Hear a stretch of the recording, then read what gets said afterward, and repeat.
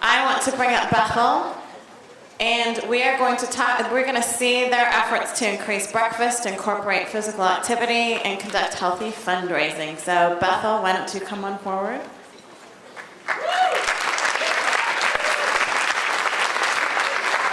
Good morning, everyone. My name is Michael Sander. I am at the district office. I'm the curriculum director who oversees the curriculum side of health and fitness. We're past PEP grant recipients, and this year we received a grant from the Tacoma-Pierce County Health Department to create something, to focus on brain breaks. And we actually have done this in, last year we looked at brain breaks and we created a Google Doc that teachers could access. But it wasn't really successful, and we thought, how can we get brain breaks into the hands of teachers? So I gathered together 5 of the best PE teachers in the state of Washington. Here they are. They are my Brainiacs. I call them my Brainiacs. They all have their thinking brain caps on. And we actually created a packet of 90 brain breaks that are divided into 5 sections, and we distributed these to all 2,000 teachers in our district.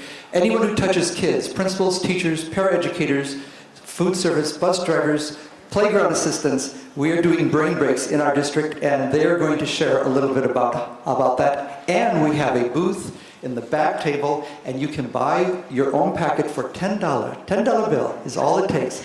And if you didn't bring any money with you or checks, we have an order form and information about that as well. We are ready. Here are the Brainiacs, and our little mascot is Bart. Bartholomew Brain, B-A-R-T, Bart, stands for Brains Are Really Twisted. Here they are, our Brainiacs. All right. Okay, I'm Missy Woodman. This is Minta Wolf. This is Michelle Larder. This is Jackie Ramsey, and then this is Linda Bernard, and we've been working together to get some brain breaks, but we just wanted to give you guys a little bit of history. Do I have the clicker? I know, seriously. I have the power. So we were looking at research from Naperville. I don't know if you guys have heard of Naperville School District. It's in Illinois. And there was research that was done where, well, let me give you, somehow. Okay, there we go. So 97% of 8th graders in Naperville School District took a test. It's called the TIMSS test. And it tests science and math. They took this test along with 230,000 students throughout the world. Once they got the test results back, they found that Naperville students finished 1st in science and 6th in math. So this was pretty crazy. They caught the attention of different school district personnel. They caught the attention of researchers, and they went to this district to find out what crazy stuff were these guys doing. So here's what they found. They found that Naperville students were the fittest in the nation. They found that their obesity rates or their overweight rates were less than 3%. Wow, yeah. They found that Naperville was incorporating daily aerobic exercise for all students. They were also incorporating these little activity breaks, brain breaks. They also found that Naperville's graduation rate was 97%. Currently, they're at 93%. So they're still really high for graduation rates. Okay, so emerging research. Jackie. Thank you. So one of our speakers earlier had said that your blood pools or below after you've been sitting for 20 minutes or longer. And the research is that after 30% of it pools in your lower extremities. So as you sit there, all the blood is sitting in your rear end, essentially, and not in your brain, which is where you need it to be learning. And so right now we need to stand up, and all of us are going to do 3 squats and touch the ground. And then you can go ahead and sit down when you're done if you feel the need, or you can stay standing if you need to shake some more out. Yeah, so now just by doing something simple like that, your blood is flowing again and you're getting that oxygen to your brain that you need. So, we also also know that exercise itself influences the same chemicals in your brain that Zoloft does, so we know that it helps with depression just by exercising. Amazing, right? We also know that the neuroscientists have discovered that physical activity provides stimulus to ready the brain for learning, so that if we do a little bit of activity, our kids are going to be ready to learn in the classroom. You know, we all spend most of our time in a gym, so we're moving all the time. And not all of our teachers are even moving, so even them themselves, they need to get up and move, keep themselves more active for the students they're with. And physical activity itself connects the brain cells and binds them so that they have more ability to retain the information that is being taught. Thank you, Jackie. All right, so benefits of brain breaks, these activities that we put together in this packet. These brain breaks are going to increase the blood flow to the brain where we need it, where kids need that blood so they can learn. It's going to nourish the brain cells and strengthen their connections. It's going to engage both sides of their brain so that they're learning more. We want the maximum amount of learning from our students. And it's going to release and balance neurotransmitter or brain chemicals so our kids are better learners in the classroom. We also are going to help these kids concentrate. Okay, we talked about those ADD kids. They need to learn to focus and concentrate. It will increase their memory. It reinforces academic content. And as we go through some of these different categories in our brain break packet, you'll see that we have put content. It's not just movement. There's content in there as well. We are going to address the kinesthetic learner. 85% of all learners are kinesthetic learners. We are going to get them up and moving so that that information stays in their brain. And, big bonus, we are going to improve classroom behaviors. Okay? What teacher out there wouldn't want to see their classes better behaved? Which happens when they are able to get up and get some of those wiggles out of their body and those giggles out. So, we know this research is important for learning. We were lucky enough to get a grant so that we could do something about it. What did we do? Mr. Sadner showed you the brain break packet, the collection of brain breaks that we put together. And he mentioned that we have provided those for every single staff member in our district, classified and certified, that works with students. So they each have those, and these are packets that are color-coded, and each of the colors represents a different category of brain breaks that we have put together so that teachers can address what needs they have at that moment, if they see something coming up, or can plan for things that they have coming up so that their students are as well prepared as they can be for learning. I'm sure I'm probably skipping through some of this. So, how do you use them? Okay, well, you can use them prior to instruction if you want to make sure that the kids are ready to go. You can also use them to take breaks during learning. If you are a teacher and you notice your kids are fidgety, maybe droopy, then these are great to be interspersed in a lesson so that they get that blood flowing again and they are re-energized and re-engaged in learning. You can infuse content into kinesthetic activities. Like I said, so many kinesthetic learners out there, so you can actually plan your lessons to get the content into movement to help that student remember what they have learned. You can also use these to help your students relax. Some kids have anxiety in the classroom. We have a whole section on chair aerobics, or chair yoga, excuse me, that will help your students be relaxed and hopefully relieve some anxiety if they have that. So we're going to go through each one and talk a little bit about it and maybe even do some brain breaks in each of the categories. So the first one, let me see. Okay, go ahead. Go ahead and stand up.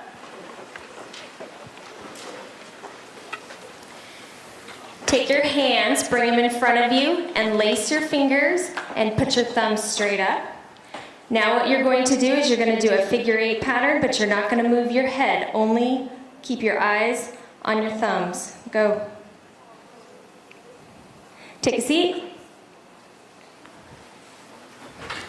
You guys don't know this right now, but you just prepped your brain for learning. And the way that you did that is that you were working with visual tracking, and since you're crossing that midline, you're using both sides of that brain. Within the packets that we have for you, there is a whole section on just quick little activities that you do quick right before an activity. Oh. Okay. Content review, there's a whole packet in there. If you're doing content review, you can do small group activities. It allows for kinesthetic learning. One of the content review activities that are in there that's been really successful, for me anyway, I teach anatomy as well, is I have A if you think it's this answer, B for this answer, C and D, and each one of those has an activity. So if I say, here's a question, here's your answer, A, it's squats if you think it's squats. B, it's jumping jacks if you think it's B. C, and so forth. You just infuse content, and there's a whole stack of them, just easy ways to infuse content. So then you got class cohesion. We all want our classes to get along. So these are just short activities, or maybe something that would take 5 or 10 minutes, depending, that you're going to use at the beginning of a year, a semester, when you have a new class, or your kids aren't getting along if you're elementary, and you want them to work together. So you're going to come up with activities, or we came up with activities to give to our teachers that they can just do really quickly to kind of infuse and get those class working together. And they're fun. Kids want to move, they want to play.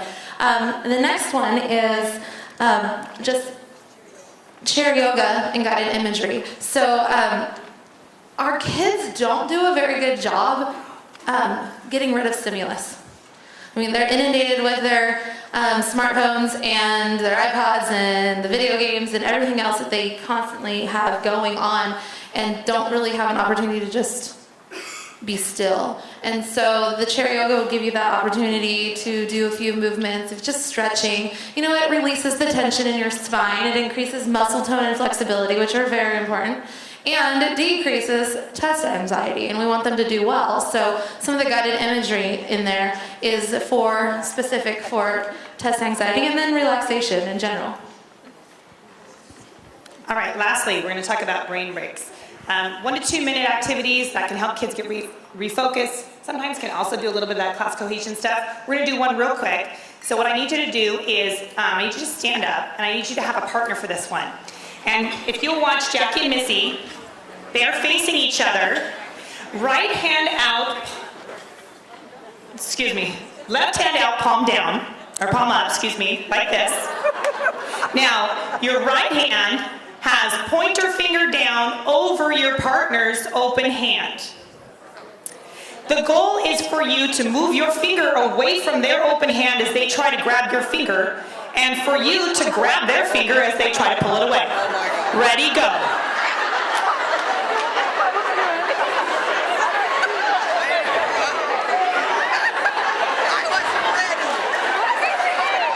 All right, thank you. Go ahead and have a seat again.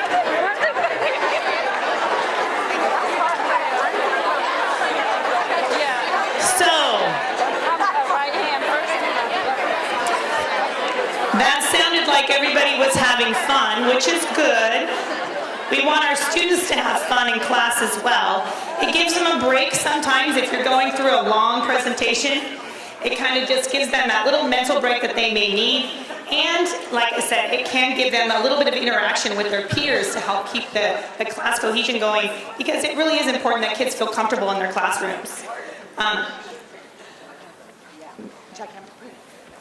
Okay, so we are kind of short on time. I know we've been running over, and we do have another member of our district that needs to talk a little bit about some other things that are going on. But just a reminder too that sometime during the day, if you get a chance to go back to the table back there, Laura Roberts has got tons of packets you could look through and some other information. And all right, this is Minta. She wants to say something real quick. Yeah. Okay, my name is Minta, and I want to tell you that brain breaks would have been awesome for me because I'm not just ADHD, I was probably A, B, C, D, E, F, G in school. And I'm the person that always got the N in citizenship and couldn't sit still and do all that. But regardless, I just have to take the 60 seconds to tell you guys, because this has a lot to do with brain breaks and everything else that you guys are doing here. I'm in my 3rd round of chemotherapy. I've never had the flu or a cold, and I came down with breast cancer when I was 50. And the latest results are, the statistics are, 1 in 2 men and 1 in 3 women will get some form of cancer. And they're doing a great job on the research and getting everything together. But I have not missed a day of work. I've had the biggest guns they can give me. I've had 3 recurrences. I'm getting ready to start another one. And I'm still here, and I still feel good. and I'm still doing all these things. And I try to tell my students, you know, one of the things I've never heard in all the conferences that I've been to, and maybe you have, and I hope you have, but what I've never heard in anything I've ever been is, it's not nothing's gonna happen to you. It's, what are you gonna do when it does? How fit are you? How is your body gonna respond? And just because I happen to be involved in PE and athletics and be fit and whatever, I have fallen into that category where they keep saying, well, we can't believe you're still going to work, can't believe you still feel great, can't believe you're doing this, can't believe you're doing that. And it's totally because my mom fed me right, and then I kind of ate bad for a few years, but I've gotten back into eating better now. And what I'm telling you is, this is the message I'm giving to my students, that everybody needs to give to your students. It's not just about whether you're what you're learning. You talk about education in schools. It's what you know about what's going to happen to you. It's going to happen to you, something. Now, no one's in the doomsday theory here, and I know I'm short on time, and I'm really sorry, you guys. I'm almost done. But I just feel such a passion to let people know that just by chance I've fallen into this deal where I feel like I need to tell people, you need to be fit for a lot of reasons, but one of it is going to save your life one day, or make your quality of life better. And my students have bought into that, because they've watched my hair fall out. It used to be longer than theirs. And they've watched all these other things. But I'm living it, you guys. I'm living it. I am living proof that being more fit lets you take more medicine, more arsenic, more whatever they throw at you, so that you can still be here. And I'm going to be here long enough for them to get it. They're going to get the cancer, and I'm going to still be teaching, and I'm going to still be telling people like this, you got to do it, you guys. You just got to do it. And I'm sorry. There you go.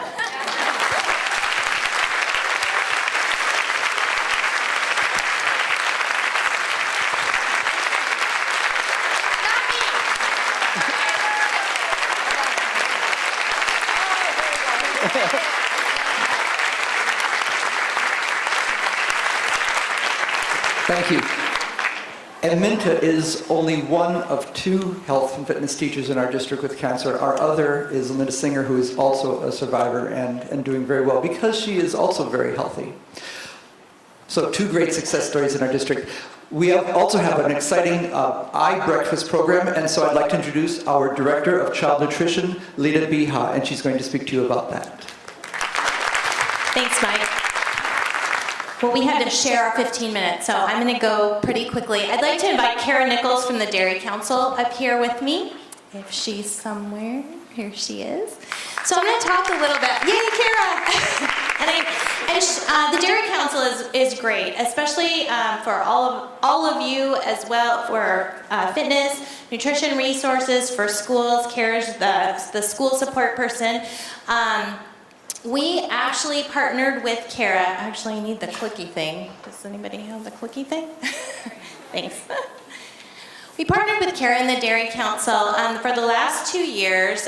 Superintendent Randy Dorn has OSPI partnered with the Dairy Council, the Children's Alliance, and Share Our Strength to do a Fuel Up First for Breakfast challenge. Now, shout out to all my other child nutrition colleagues out there. It's been a really busy couple years for us with all the new meal pattern regulations and things coming down. So breakfast is actually, the new regs go into effect next year. And so the timing of this challenge was a little tough for all of us. Would anybody else agree with that from my, okay. But knowing that as a dietitian, and you know, they were just talking about brain breaks and preparing your brain to learn. You know, I would say, and I'm just gonna apologize, but this is my little soapbox, I would have a really hard time as a dietitian and a mom when I would hear, oh, we've got to have snacks for Wassel. We've got to have snacks for MSP. Make sure they eat a good breakfast on that day. What about all the days that they're sitting in the class and they're supposed to be learning all that stuff you're testing them on? Every day they need a good breakfast. Every day, whether it's map testing day. And so Kara actually partnered up with General Mills, and they kind of came up with this idea. Do you want to talk about it just briefly? Just tell them about what you and Matt talked about. We really wanted to create a program that was easy for schools to implement because they are doing so much with breakfast that was easy. So we came up with the idea of iBreakfast, and basically schools are going to be able to sign up this next year to get a package that goes out to school nutrition managers where students get bling and can be entered to win iPads provided by General Mills if they come to school and eat breakfast. It's simple. It's easy, and the kids seem to really like it. There's also messaging in that can go out to parents. There's PA announcements. There's everything you need to really talk about your breakfast programs and how they support learning in the schools. So, as busy as our year has been, thanks to Kara and Matt from General Mills, we were able to do the iBreakfast campaign. I really am looking to move to trying to do breakfast in the classroom and some things like that in our district. Not quite as simple, and just for the stats, I know you were asking about are there any academic results. What they're seeing across the country with districts who have implemented breakfast in the classrooms or breakfast programs, yeah, it's hard to say, well, this kid, his test scores went up because he ate breakfast. But the trends are showing that there's fewer referrals to the nurses' offices, there's fewer disciplinary referrals, and attendance is up in the schools that have breakfast in the classroom.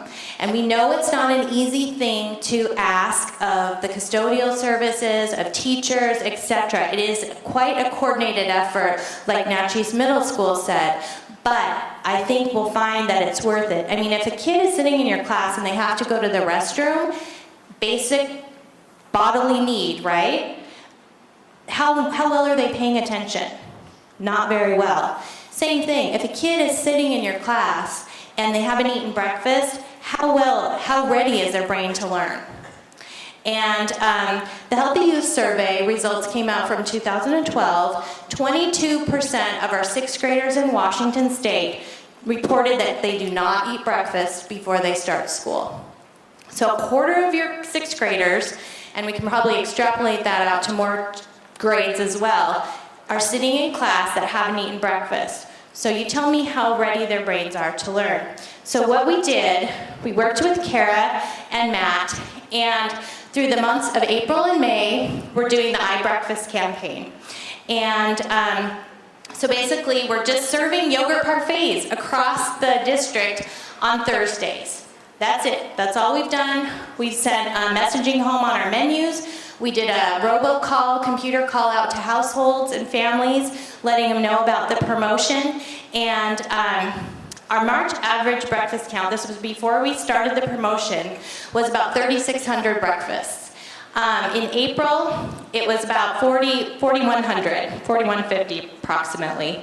So we had an increase across the district about 544 breakfasts per day, and that equates in our district to almost 10,000 breakfasts a month.